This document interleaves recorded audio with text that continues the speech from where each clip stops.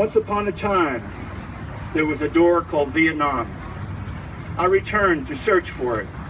I found it at Marble Mountain, a cave door, a big cave door. I entered and found myself.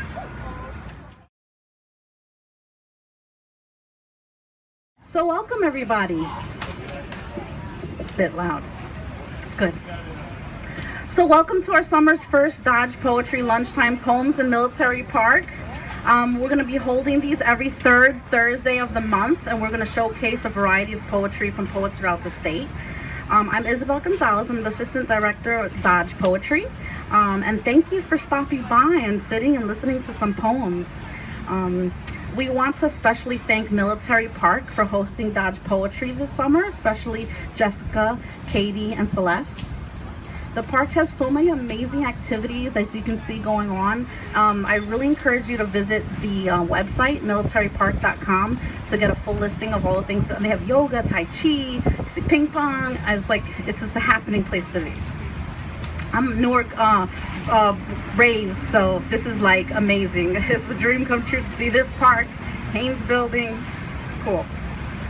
I'm thrilled also to announce that Dodge Poetry is bringing its national festival back to Newark in October 2018 for the 5th time. In fact, our submissions form for poets to be considered to read at the festival is already up and open on our website, dodgepoetry.org, and we'd love to see your submissions, especially if you're a Newark resident.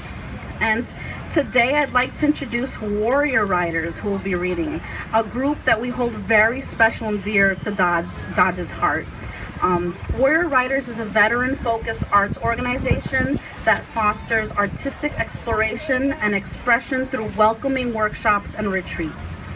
Warrior Writer poets have read at least at the last 2 festivals, and were here from the get-go when we started our Military Park readings here, so that's pretty amazing. They've been with us from the start. We're just really happy to have them here today. And without further ado, I want to introduce Jan Berry, who will come up here and kick us off with Warrior Writers. Let's give them a really warm round of applause.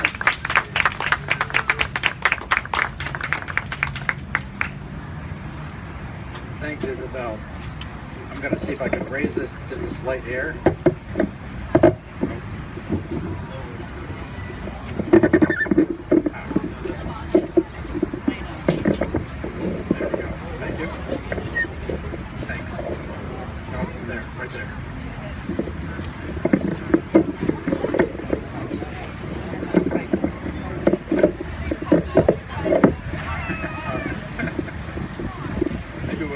Leave well enough alone. Yeah. Thank you.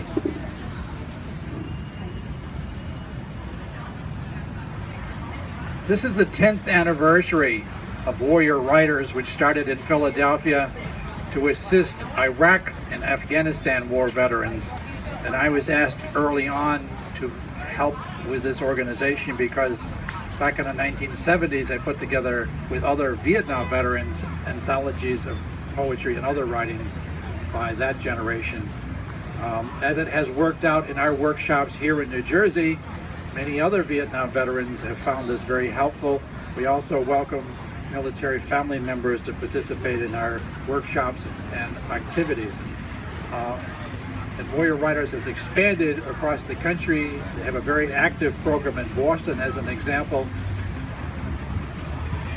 where they participate every June with the University of Massachusetts, which for many years has held writing workshops for veterans who come from across the country. So we're going to start off here with Walt Nygaard, who works with Combat Paper New Jersey, kind of a sister organization that makes artwork out of military uniforms. Marine Corps veteran of Vietnam. He's a graduate at the University of New Mexico, majoring in English and art. A participant in last year's Geraldine R. Dodge Poetry Festival here at the New Jersey Performing Arts Center. His combat paper art is featured tomorrow and over the weekend in the 2017 Nyack, New York Art Walk. Walt's oldest son is a veteran of both the Afghan and Iraq wars.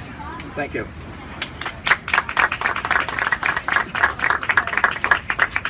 Thanks, Jan, for the nice introduction. This is called Poem Without Irony. The Stones were singing Satisfaction, the young Marines going into action. That day, no anticipation of the quagmire bonfire situation. The 10 years killing and dying to go. We were so young, what did we know? We'd heard the words of JFK, we saw the case on, haul him away. We'd left a good home while still in our teens to qualify with M14s. Locking and loading for a rock and roll nation, the greenest and best of my generation. When you get started in combat paper or warrior writers, your work tends to be very military specific. But my uniforms disappeared into a Goodwill bin way back in 1970. And life has gone on with love and tragedy and marriage and children and now grandchildren. And so what I write about now more has to do with that journey. But it did start, as it did with most of us. This is called Soldiers with Ancient Weapons Attacking. East of the I-Corps Bridge, on the north side of the river, sprawled a slum called Iron City, a weeping, swampy unforgiver. Nearby a busted pillbox, a relic from the French, squat sideways where it landed, astride an ancient trench. New guys checked out gas masks and fam-fired M16s with the ghosts of Legion soldiers blown to smithereens. Rusted wire, rotting sandbags sunk into the mud, rats and lice and leeches came looking for some blood. A young Marine stared across the river. The sun exploded, then it died. Flares and tracers soon replied. He peered through the night, alive with death, where the rivers of serpents crawl, the land's a swarm and the jungle teems, and the war devours us all. So I went to war as a young boy, and then I came back and went to University of New Mexico, was taking English courses and art courses, and Jan mentioned that he edited and published a work back then. And while they were focused here in New York City, out in New Mexico, we knew about Jan Berry, we knew about Vietnam Veterans Against the War, and we knew about this great anthology that had just slipped in under the radar in the publishing. It was called Winning Hearts and Minds, and this poem is about about that book. It was a paperback book. It had a kind of rough green cover with a little bit of bamboo on it. That was all, and it was called Winning Hearts and Minds. But the poem is called The Green Book. So this is what happened. Found myself on a corner outside a drugstore on Route 66, Central Ave, Albuquerque, 1970. I shivered inside of a veteran's jacket at age 21 with nothing to lose. I showed up for the girls, the books and the good times, beatniks and peaceniks and rock and roll news. Say farewell to I-Corps and the South China Sea. Hello to the artist and poet in me. So I signed up for college in GI Bill bucks. Student ghetto pad, beat, but all right. Dizzy and tense under camouflage freedom, my ass was in class. I drank beer every night. And I scoured the papers, bookshelves and racks, my war and peace suffering, withdrawals and attacks. But to look right and left was the awesome, sublime, snow-capped sandias hung over the city, sprawling west to the Mesa and the Rio Grande Gorge. I strode my new city with uncertain bravado, a long-haired ex-corporal as the year came and went.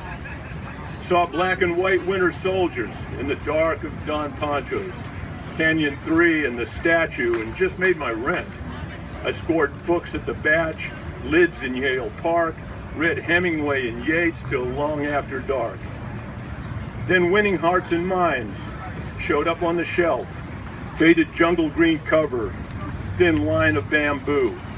Poetry ravers from the Z to the Delta. Words muddied and bloodied and all that we knew. So Keats had his Chapman. Bob Dylan had Woody. One look in the green book and I knew what I could be. That's for Jan Berry.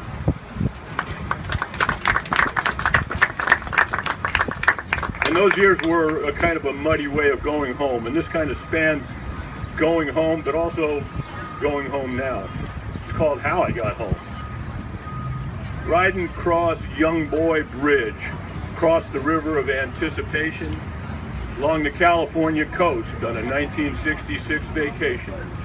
Rivers crashing into the sea, angel bikers glare at me, roaring past our station wagon, memories like a tailpipe dragon. Riding across Young Man Bridge, river of coffee-colored dreams, muddy Rio Grande in flood, shimmers under my high beams. Sigh for southern New Mexico, home when I had no place to go. West Bank villas all grown up, memories crushed like a paper cup. Riding across Old Man Bridge, river of legend and revolution, Jersey Turnpike on the other side beckons like a bad solution. I can't go back, I can't go forth. I stomp the gas for all it's worth. Gauges spin and engines missing, memories like a slow leak hissing. But then I got involved with warrior writers and combat paper. And I've read this poem here before, but I gotta read it because the place I'm reading about is right across the street. The poem's called Listening to WBGO on Shirley Bassey's birthday. Brassy gold finger blaring in early AM on the FM jazz, as brilliant winter sun strobes golden through bare trees. On my driver's side, and I'm passenger-eyed driving in the glare, heading south to combat paper. On a 7-degree January morning with leftover snow in the lee of every stark gray tree. On an illuminated morning, I'm reminded how Mother Nature's generous to Jersey, covering up a multitude of sins. Over dry, snow-dusted pavement, studio-bound, my destination is, I'll do anything for art. Drive like a commuter, pray like a believer, live like a cell phone citizen going to a job that's Midas touched in gold.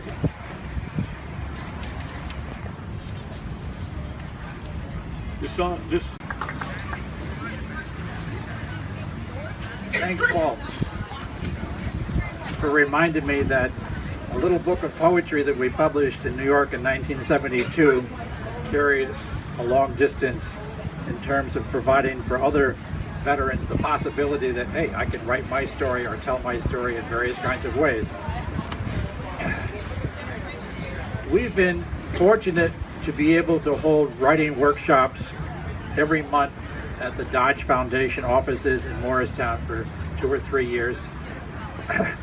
And in addition, we've been doing training workshops in Philadelphia, so that what we do is expanded across our entire region.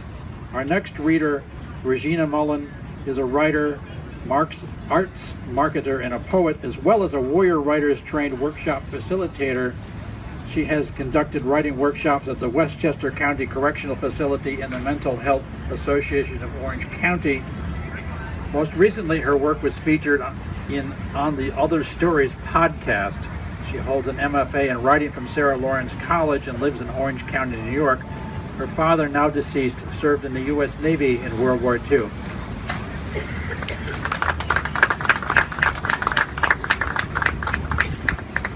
Thanks, Dan.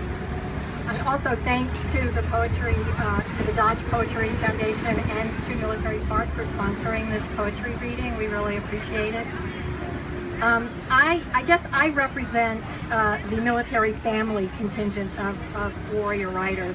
Besides my father being in the military, I'm also the former partner of a Vietnam veteran whose life was destroyed by PTSD, and mine was almost destroyed by his PTSD.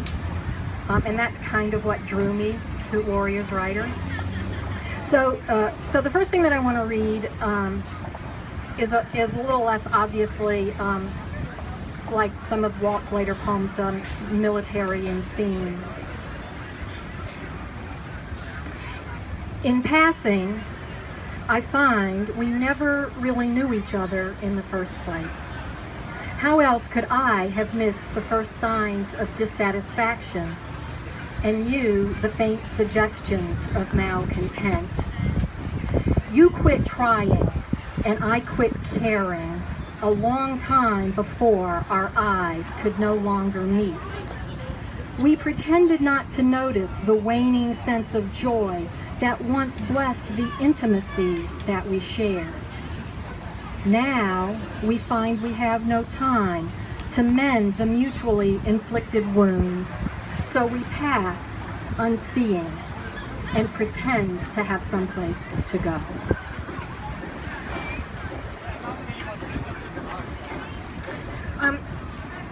Last month, I was really honored to be invited to recite a piece for a Memorial Day weekend remembrance ceremony at the New Windsor Cantonment, which is up in Orange County, New York, and is the site of the last encampment of George Washington's army during the Revolutionary War, and it's also the site of the National Purple Heart Hall of Honor. So it was an extraordinary honor for me to be there and speak, and I'm going to share with you now what I read on that day.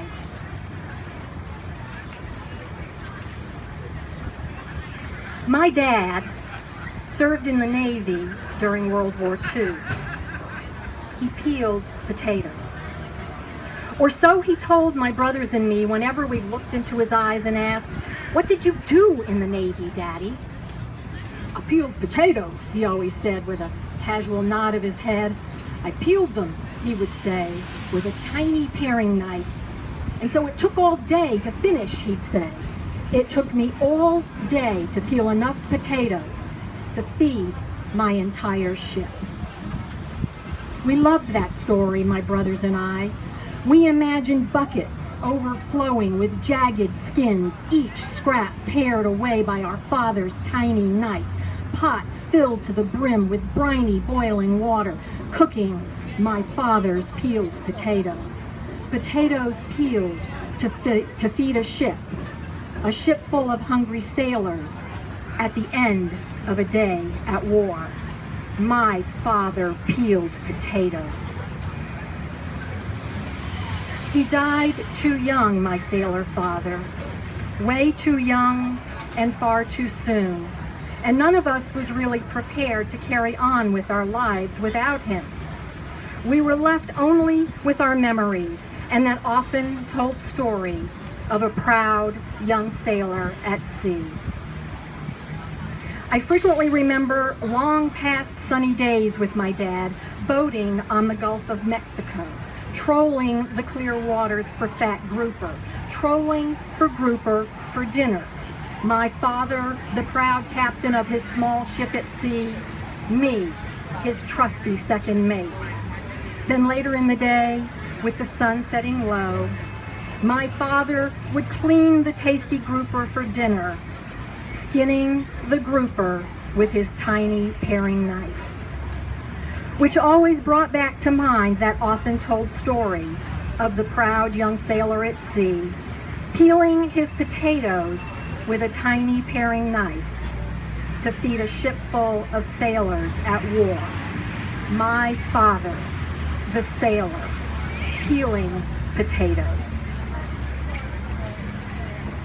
After his death, sifting through his belongings, my mother discovered a box full of letters penned by my father while out at sea, sent to and saved by a favorite uncle.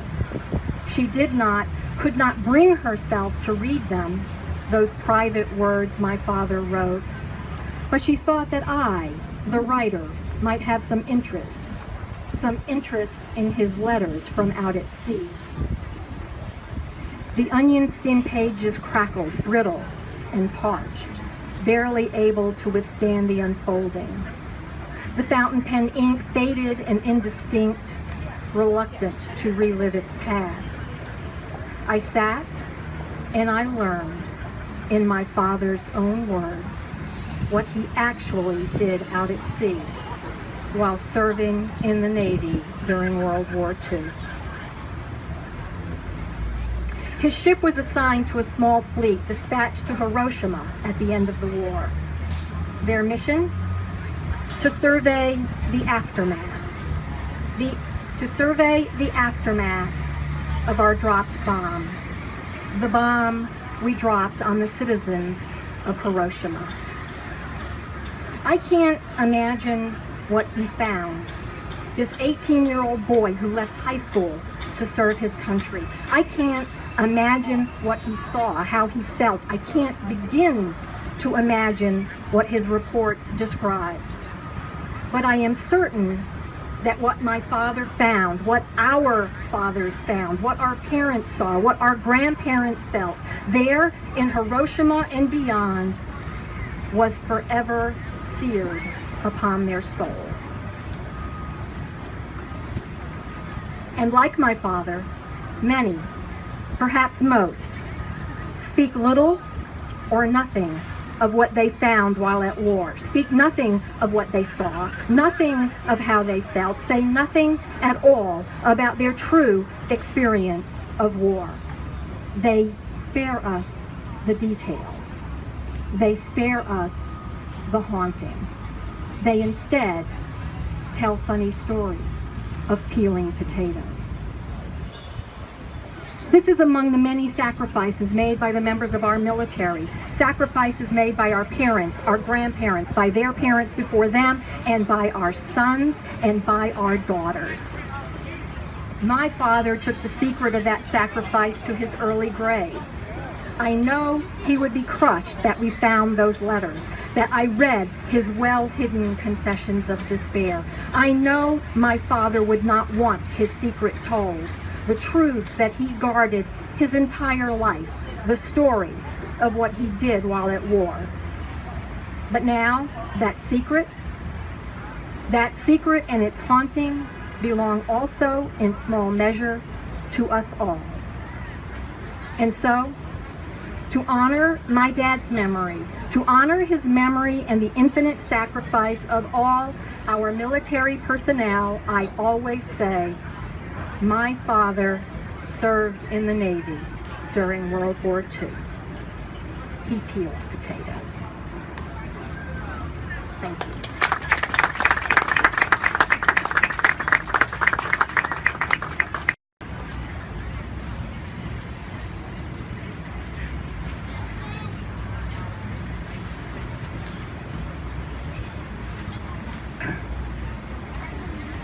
Robert Slickland is also a Warrior Writers trained workshop facilitator. He served in the U.S. Army in Korea and in Vietnam.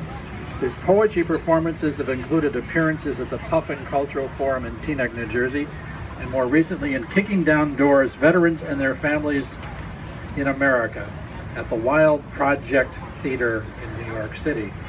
A licensed psychologist, he lives and practices in Bergen County, New Jersey.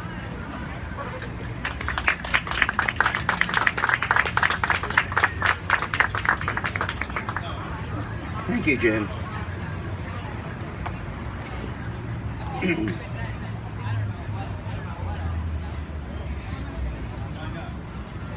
I have a series of just some short poems. Acting, or it's all an act.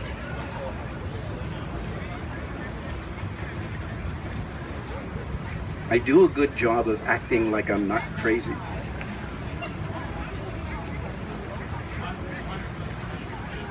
Crazy with loss, sadness, guilt, grief. But that's crazy. Because I have not sinned. I was sinned against. But then, as the gods don't sin, it must have been me.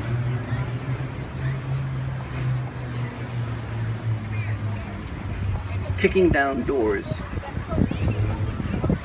Sometimes recollections come easy.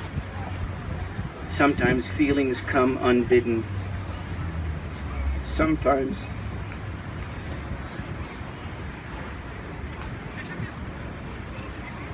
Sometimes you brace your shoulder so as to bar the door. Sometimes the connection just won't click, so you have to start kicking down the door.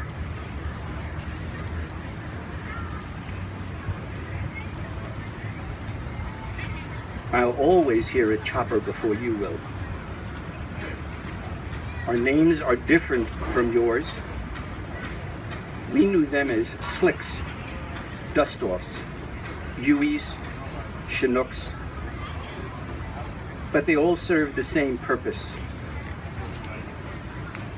to tell you to become alert, to crouch, to finger your weapon, to quietly curse,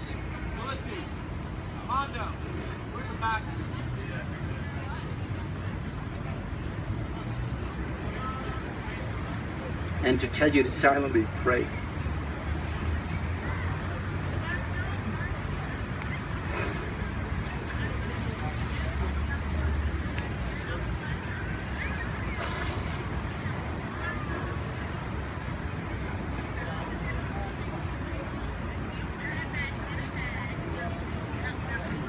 Nightmare. Sorrow swallows me up. Anger is quick, over and done like a muzzle flash. It blasts away who I used to be. But sorrow swallows me up.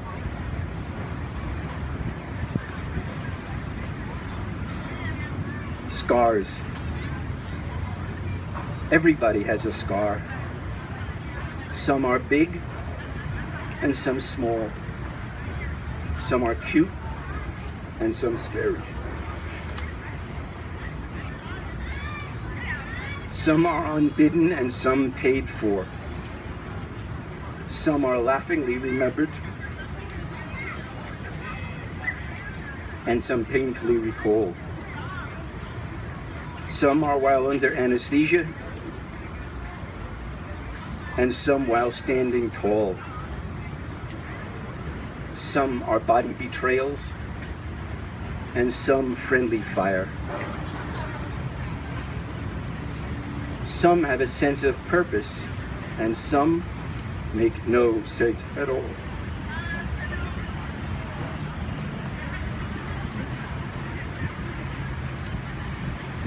A state of mind. There's a New York state of mind, a Coney Island state of mind, or LA or San Fran state of mind, Boston, Rocky Mountain, Chi-Town, or Jersey Shore. And there's a Vietnam state of mind. A Vietnam state of mind is where fatigues replace clothes, helmets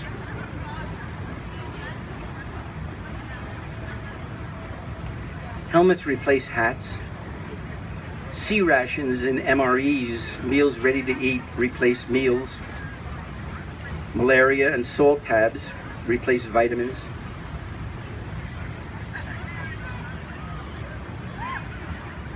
M16s replace lunch pails and briefcases, Jeeps replace cars,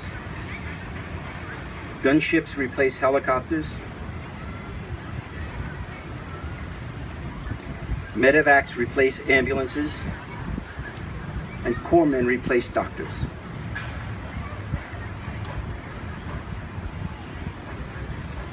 And the Vietnam state of mind is also where lies replace truth, cynicism replaces faith, just the now replaces future, doubt replaces hope, and where life was replaced by melancholy and sadness.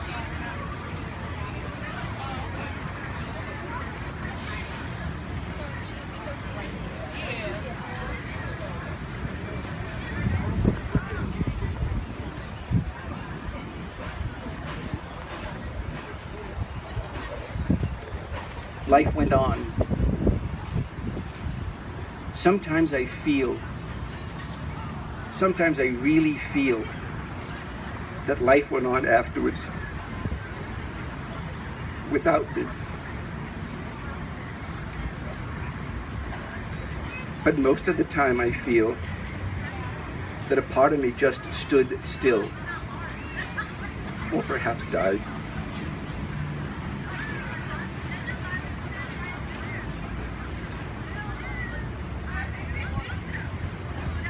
God in war. God is there when you need him. When you need him to win this battle. When you need him to smite thine enemy. When you need him to bless your cause. When you need him to save your ass.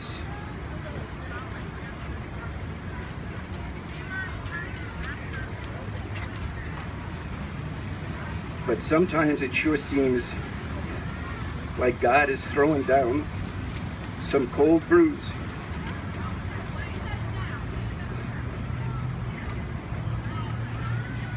At the local corner bar, watching a tied score game on a muted TV.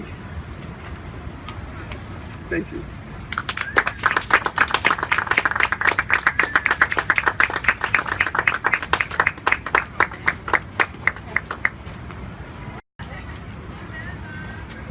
Switch over.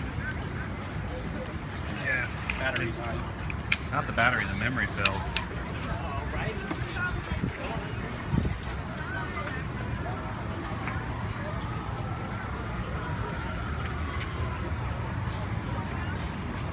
Frank Wegner is a photographer, artist, and poet. He served in Vietnam with the U.S. Army, a Bogota resident. Frank attended New York Institute of Photography and the School of Visual Arts, a member of Veterans for Peace, DAV, and the Secaucus Vet Center Art Group, which many of us also participate in.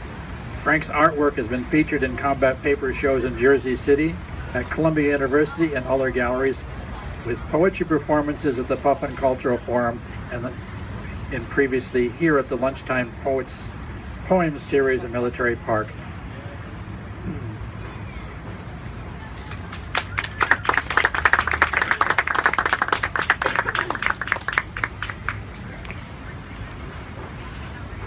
Had a great day weather-wise. Have a few poems. This one's titled, What's the Buzz? Birds murmuring, hundreds in sporadic motion, irregular twists, moving up, sudden down, left, then right, a syncopated array of foul madness, all with a purpose, south for the winter.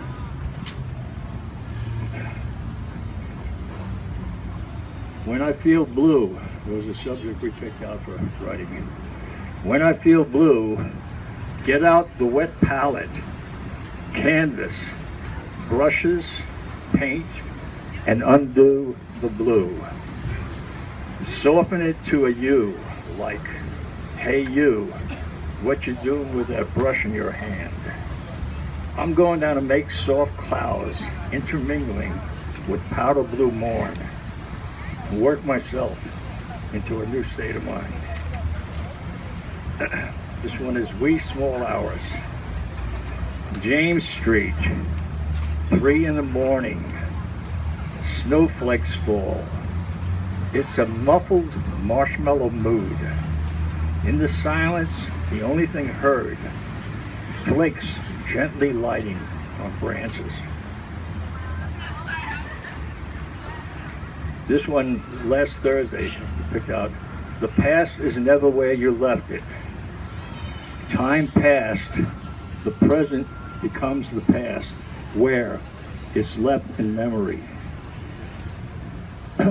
Where you left it, the past, when I was a clumsy youth, came out of Gilmore School, 17th Street, Union City. Looking up at Summit Avenue, billboard atop the apartment building, was totally lost. The scene was changed. This rascal was lost. Kindergartners know nothing of this. advertising and billboards. Only 5 years new to this past and what time passed. Later, at that time past, Dad's quote was, "Of late, you come early. I'm glad to see you first at last. You always came behind before." It all makes sense. Today becomes tomorrow. Tomorrow is yesterday. It is where you left it, the past. And my last one is titled Cars. Adding more whistles and horns to cars, rather, automobiles. The array of existing models varying as much as choices on the cereal aisle.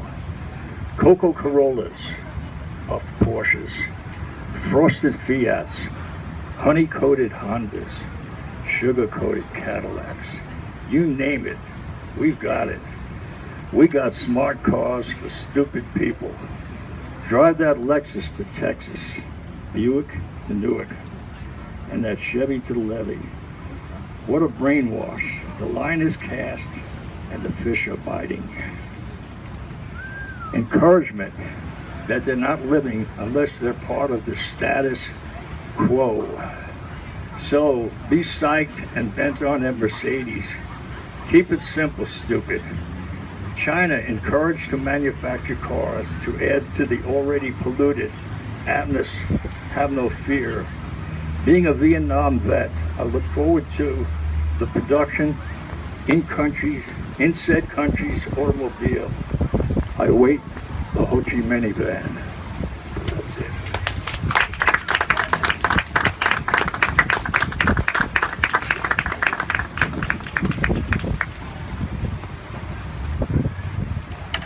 Thank you, Frank.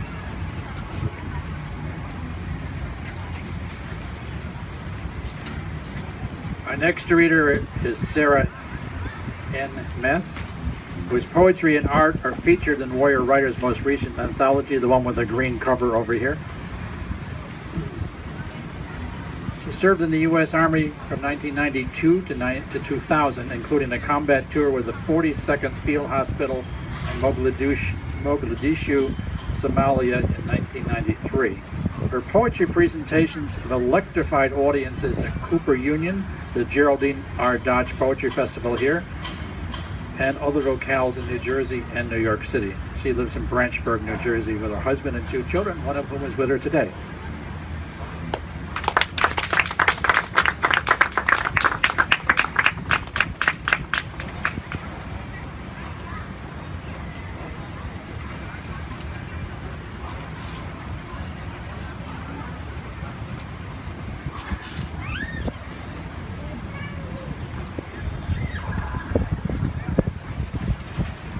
Thank you for all of your words. Thank you for sharing your pain.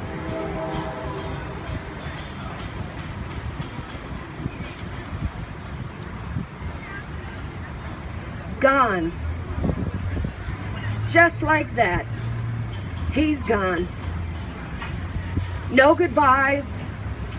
Head in hands. Cold like ice.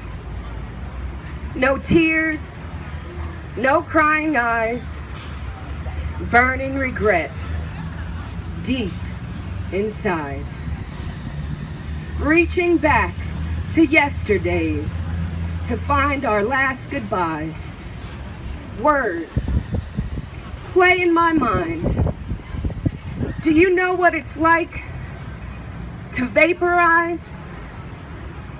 A 5-year-old kid at close range, on my shoulder he sobbed. We cried. Told him he was a cook in the Navy, a SEAL's attempt to survive. Can't take it back, can't undo the lie. No coming back from suicide. That's dedicated to my friend, my brother, A.J. Krause, who died of a sailor's heart on June 6th, 2017. And I'm the queen of dragging my feet to get shit done. And I never quite made it happen, but he wanted this poem on combat paper. It's untitled. AJ spent a lot of time in the water. The passage to paradise lies in the crystal blue aqua of the ocean.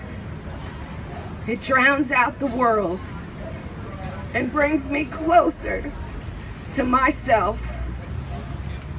Takes me away from the external noise and quietly hushes the internal noise of my mind. Nothing is important in the ocean, and everything seems small, even the biggest of problems. The ocean heals me.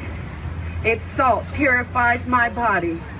Its movement heals my soul. With each splash of the waves pounding against me, I cry out. My anguish leaves me. Despair floats away into the deep blue and dissolves and dissipates among the currents. I am freed by water, momentarily released, and I am almost new again.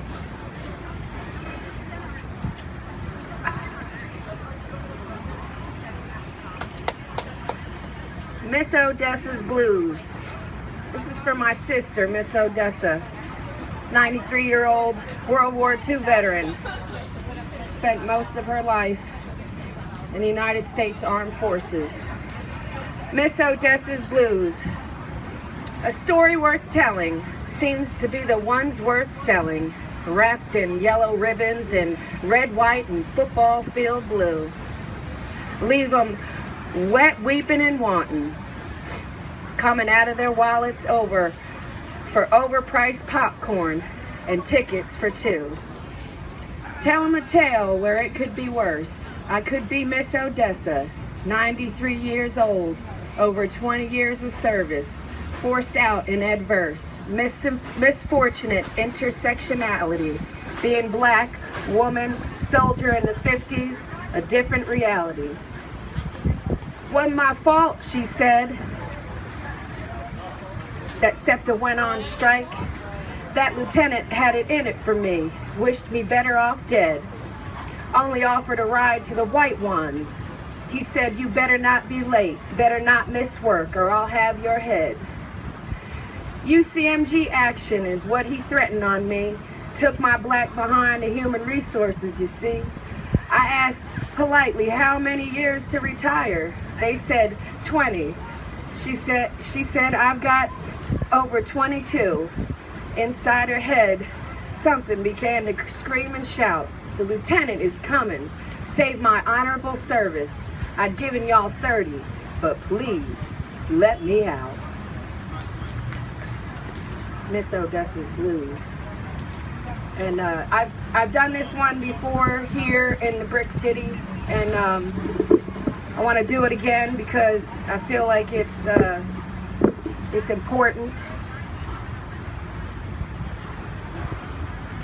I'm a veteran for peace. I'm a member of Jersey City Chapter 21, and we believe in peace at home and peace abroad. Brick City. They say there's a first for everything, but I ain't never thought I'd be marching against racism in my own backyard. In 2015, 2016, 2017, came into the world just a stone throw away. Lynching, caught on film, right here in the modern day. Rollback tape, defendant makes escape. White on black crime, and ain't nobody doing the time. She said, 9 bullets to my baby boy's head. She said, 9 bullets to my baby boy's head. She said 9 bullets to my baby boy's head. Routine traffic stop. Now he's dead. Do we march in futility or grow stronger in unity?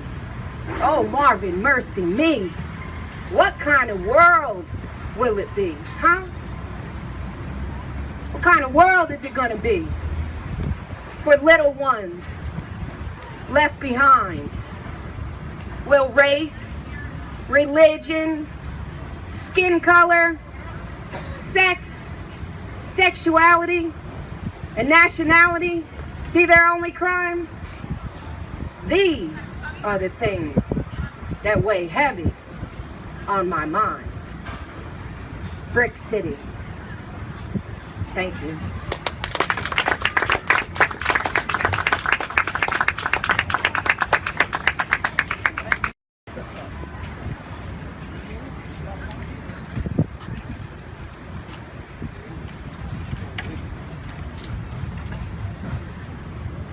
Thank you, Sarah.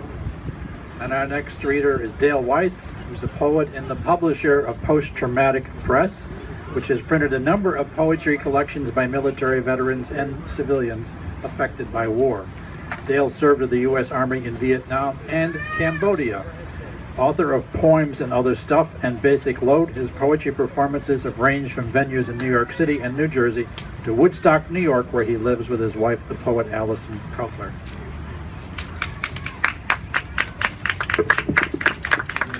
Thank you, Jen.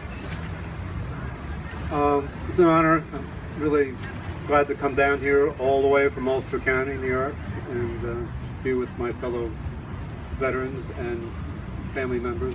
Enjoyed your reading. I was a rifleman almost 50 years ago, but before that, my first poem was before that, when in a sense, I also served, and I dedicated to my mother, Dorothy Wise. I could tell by the mustard on my shirt that we were at Playland. In this dream on the boardwalk, my mom, long dead, holds in her hand a cigarette.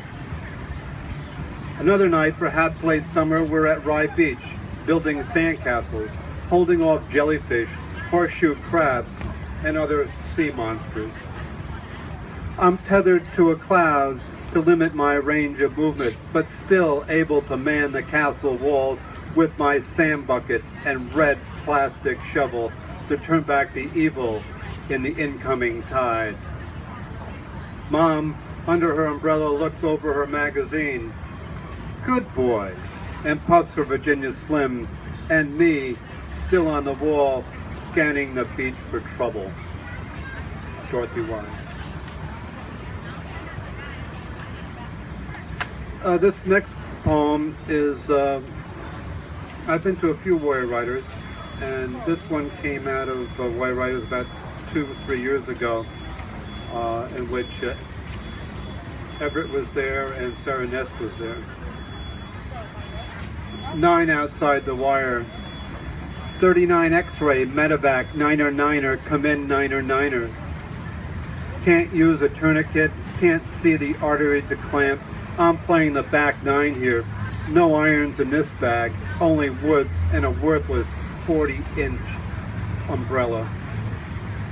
Can't stop the bleeding. We're 9 less 1, the 9 of hearts, 9 orbiting planets. Learn that in Mrs. Ray's class, 59. Small arms fired to the left. 39 X-ray, 9er 9er, come in. Anybody this frequency. Private Wilson, Donnie Quixote-like, firing his 60 at windmills along the wood line. Can't stay on this narrow fairway, can't get out of this sand trap. 9er 9er, come in. If you can hear this transmission, break squelch twice. 9er 9er. And training at fucking bloody work. Open the field bandage, apply direct pressure. What's the Bible verse for stopping the flow? I forget his name. I do remember his last exhale.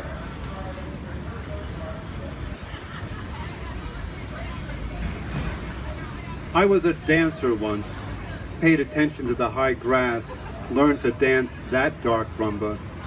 I take my time, choose the right partner with the utmost of care. Softly hold my weapon in my palm, to feel its oily hardness, to smell it, a stench, a tang that only another soldier can sense. Come, dance with me in the woodline, under the moonlight. Take your position, open up your black wings.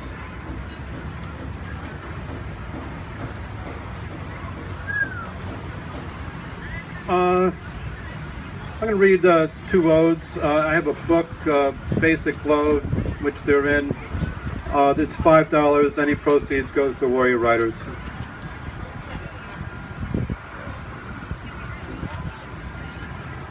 Ode to Grenade.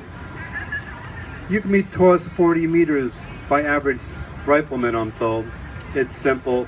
Pull the pin, release the jumbo clip, throw. Your light steel metal body is olive drab, lemon shaped. Total weight, 16 ounces. A 5-second delay until the explosion, sending out your heart shards. Kill radius, 5 meters. Many have been thrown. Many wait for the blast. We carried 4. Ode to Boots. You'd appreciate this, Everett. Ode to Boots. You covered my feet, weathered over time, a badge of battle, no spit shine to look into, no reflection of that lost child. Your laces always tight, a mother's knot. How far did we travel before they cut you off?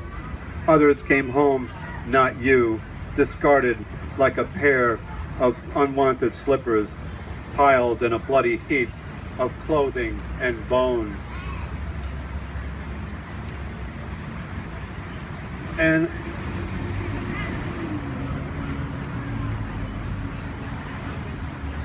Backwash. This poem used to be 2 pages. It was actually a prose piece. And then I workshopped it a couple times, and someone in this audience helped me out. It's down to 8 lines. Backwash. Dreamed I was in Walt Disney's Fantasia, the 6 dancing mushrooms and me, the little mushroom at a step, the reluctant soldier boy. I can still hear the deafening engine noise, see the way the backwash whipped the elephant grass, blew off the roof, exposing the 2 dead women.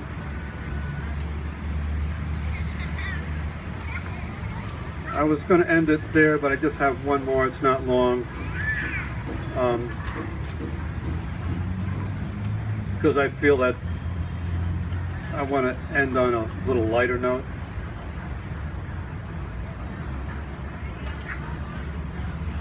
Social networking. Ho Chi Minh requested my friendship on Facebook today. In an instant message, he thanked me for my friendship. Said he liked my poetry, but I think he was just being nice. Most Vietnamese are. He has 12 friends. Most of them are dead. Uncle Ho reconnected with his first wife, a Chinese woman, through Facebook, who just retired after a long career as a midwife. Said he still loved her, was sorry he left her, but she is happily married. She unfriended him. Uncle Ho is very depressed. His heart is broken. Uncle Ho now lives in Brooklyn, travels by bike to Battery Park to sell red t-shirts with his likeness and a yellow star made in Vietnam. Other novelty items include Richard Nixon and Bob Hope bobblehead dolls. No one recognizes Ho as he sits there smiling, drinking sticky rice wine. Thank you.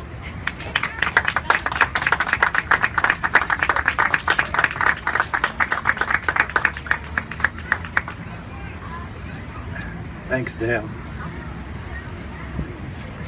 I've been pulling together a collection of my poetry over the last number of years, and I'm going to read just a few that have more to do with what America is like these days.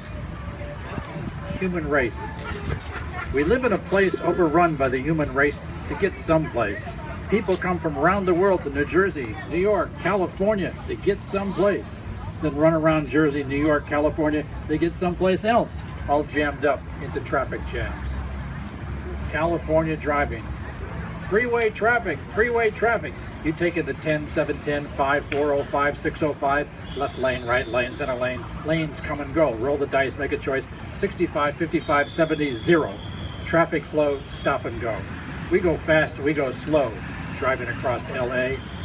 Old macadam paved a path to smooth the way for wagon trucks. Old macadam paved the path that paved the world. Only 2,800 miles of stop and go on scorching macadam to get home. Fortunately, the traffic jam broke up by the time I got to Arizona. Wildlife signs. 81 miles of animals, warns a sign on a mountain road out of Globe, Arizona. Clouds of gnats spatter the windshield like hail. Watch out for deer and elk crossing the highway, says another sign. Oh, elk of Elk Ridge near Show Low, show yourselves.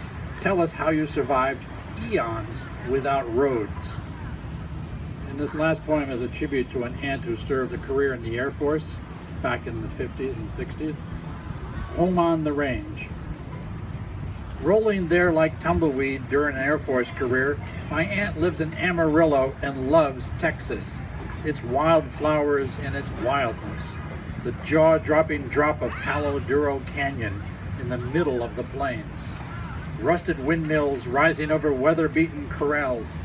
Cowhide saddles cinched on rambunctious horses. She traded polished places where she grew up back east for raw grandeur. Now she's corralled in a fancy nursing home, a lariat's throw from a busy boulevard off the interstate in a neon city that's paved a big chunk of the range. Thank you.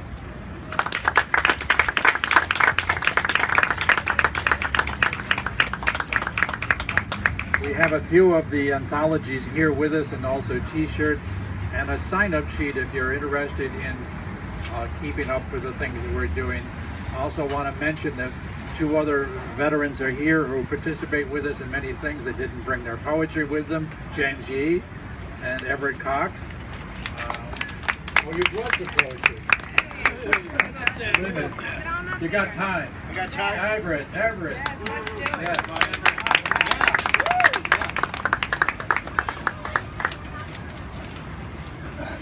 You have to introduce yourself. My name is Everett Cox.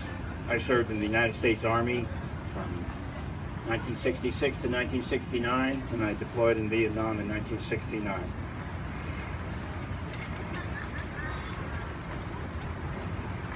This piece is called Doors. My desk was once a door. I keep it as a reminder. The underside is filled with holes, from fists, from clubs, from kicks. Now I write of doors on it. Rocket explosion was but an excuse. The devil, or was it the Holy Spirit, put her foot to my butt and catapulted me through a door called Vietnam, into the end of my world, a lost world of familiar doors, into a world of dreadful, strange, violent, crazy doors. Another door, a screen door, hit me once on the heel, closing hard and fast. I ripped it off, its hinges. A minute later, a little pile of trash, a reflection of the smoldering war inside me. Another door, a car door, flung open in the crash. Me flying out and sailing down the road to land on my feet, exhilarated. Another message from the devil. One day at college, possessed by rage, a danger to myself and others, I ran to my car. Holy Spirit drove. She took me to the door of the County Department of Mental Health. I want to kill myself, I said, to one social worker, then another, lastly a psychiatrist. They listened, but they didn't believe me. I'm not sure they even cared. Lighten up, they said. Don't take yourself so seriously. The devil cared and took the wheel. to the farm, the barn. Barn doors had once been my salvation, an entree to a magical world of dreams, of fantasy, dreams of valor, of courage, of honor, of manhood. Now I kept a noose behind the door, my prayer noose. Wear it and beg God for a reason to live. Wear it to choke the rage, but no noose for me that day. Desperate to release the furies, one chop of the axe exposed the wires, red and black, one around each wrist, switch rigged to end the world. I know why they banned the electric chair. They couldn't take the screaming. Both hands nearly burned off. Electrocution, not a door to open. Another door was tiny, tiny, tiny, called Clearlight. Placed the tab on my eyeball. LSD sparked down my optic nerve like lightning, opening 1,000 doors, doors of joy and delight. What sights! The doorway to heaven, even one that had been locked, chained, forgotten, a trap door. I fell through to hell, far harder to get out than in. Pick all you want. Spirit led me to a church door, Sacra Clara, the heart, the center of thought, will, and feeling. My knees trembled. There was so much shit in my head. The heart is the door to life. I wasn't ready to open it, still trapped in war-torn mind. Hitchhiking, a door dreamer's delight. 10,000 cars, 10,000 doors, 10,000 angels, reminding heaven is on earth. We live by myths that sometimes are just cliches. Like when one door closes, another opens. Maybe, maybe not. Knock and it will be open, says Scripture. Maybe, maybe not. Jesus is known to go fishing. The echo of 1,000 knocks put a pen, a little blue door between my fingers. There was an inscription. It said, "Right, asshole." I clenched it, jaw locked. I forced it to bleed. It forced me to speak, to mumble, to stutter, to cry, to find my voice. It was a magic door, my little blue pen. When it spoke of my pain, others could speak of theirs. If it spoke of hope, so too did others. Smiles begot smiles, tears begot tears, tears that had once been rage, once been war, now tend the wounds of war. Once upon a time, there was a door called Vietnam. I returned to search for it. I found it at Marble Mountain, a cave door, a big cave door. I entered and found myself.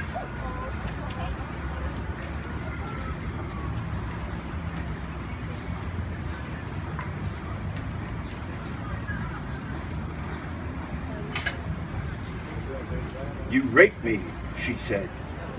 Angry men do not make love, they rape. I had been angry.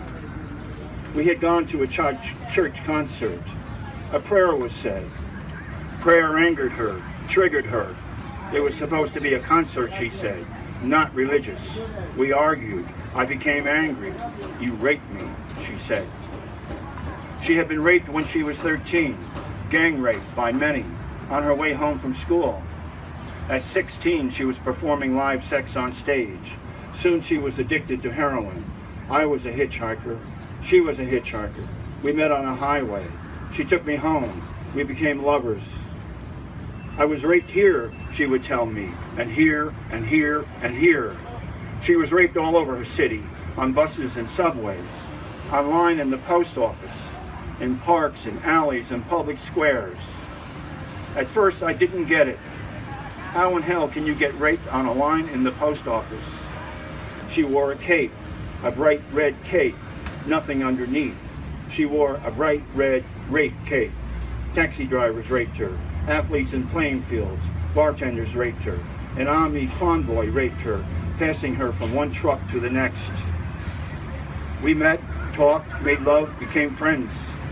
I was gentle, something new to her. She demanded even more of it. More gentleness, more gentle, ever more gentle. Gentle hands, gentle laborer hands, gentle touch, gentle kiss, slow love, slow caresses. A lot to learn for an angry man, broken by war. A man doing everything he could to contain the violence seething within him, hating himself for that violence, forcing that violence into gentleness out of pure terror of self. A lot to learn for an angry woman. Touch me gently, she says. Love resists pain, resists violence, resists rage, resists war. Love me gently, she says. One more.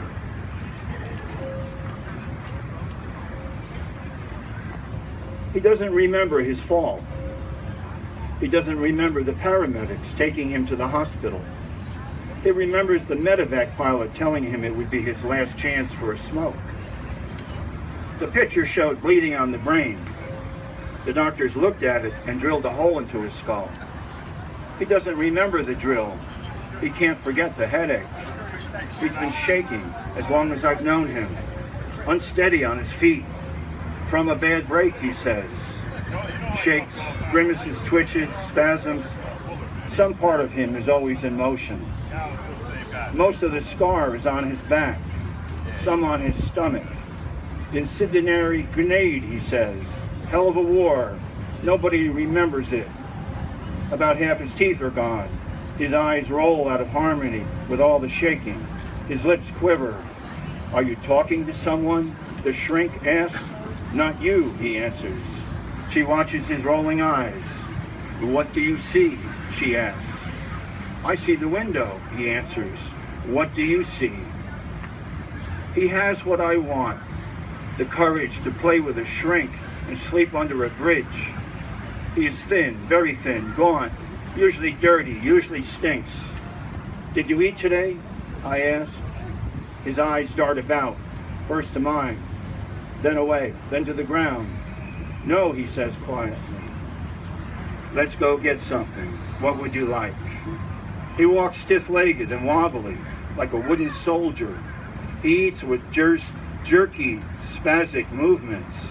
Food on the table, food on the floor, food on his face, his shirt, and his lap.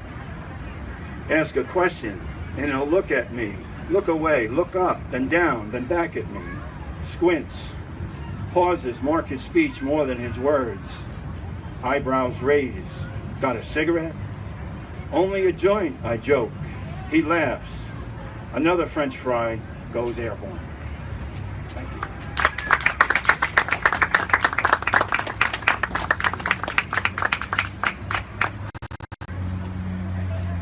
Wow, there's a lot to say.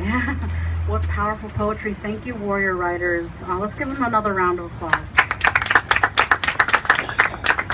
I want to thank again Military Park for hosting us. I want to thank you all for stopping by and taking a seat. If you like what you heard, our next reading in Military Park will be Thursday, July 20th. So please join us next month. If you want to hear some more poems or read some more poems, we have a whole archive of poetry on our website, dodgepoetry.org. So feel free to stop by, and we'll be around here hanging out. So if you want to chat with any one of us, feel free. Thank you again. Oh, and take a bookmark and a pen. There's a whole bunch over there.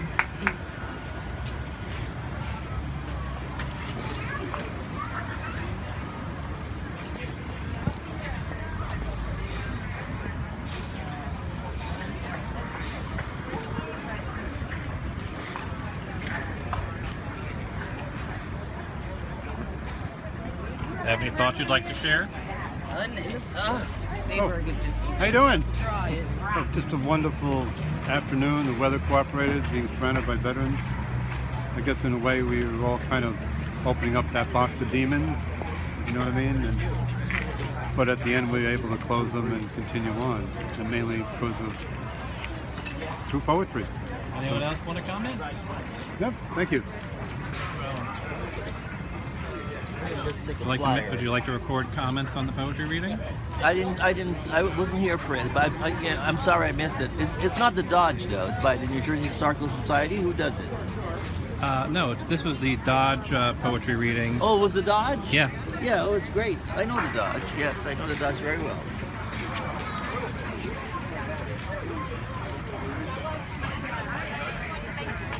Do you have any thoughts on the poetry reading? Oh, it was good. I work here at the park. Yeah. Want to give any thoughts for the poetry reading? It went pretty well, Nick. Do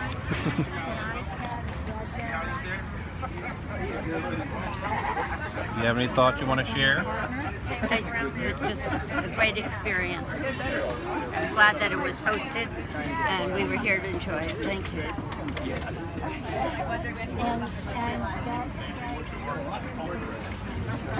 Anyone here have any thoughts they'd like to share? Hey. How you doing? Yeah. My little girl brought me a flower. Isn't that nice? Oh, yeah, I was surprised to see her. Yeah, there's a carousel over there too. Let me give Dylan. Oh, in Philly, that's right. Okay. You guys have any thoughts you want to share? It's great being here. Thanks for arranging. Well, Jan arranged it. I'm just filming. Thanks for filming.